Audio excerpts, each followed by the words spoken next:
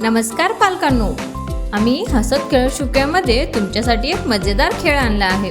हा व्हिडिओ काळजीपूर्वक पहा आणि तुम्ही या हलक्या आणि जड वस्तू शिकवतानाचा फोटो किंवा व्हिडिओ आम्हाला पाठवा। आता आपण बघूया, ह्याला फुंकणार आहोत। जी वस्तू फुंकण्याने उडेल ती म्हणजे हलकी।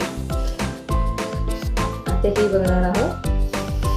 नाही, दगड हलला नाही म्हणजे दगड जड वस्तू झाली आणि पेपर फुंकल्याने पडला म्हणजे ती हलकी वस्तू झाली।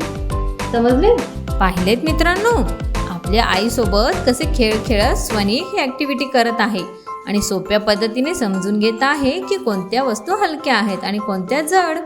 पालक जास्त शिकले नसले तरी ते मुलांना घरातील वस्तू वापरून खूप काही शिकू शकतात। तर तुम्ही आम्हाला व्हॉइस नोटद्वारे देखील सांगू शकता की तुमच्या मुलांनी आज कोणकोणत्या वस्तू जमवल्या।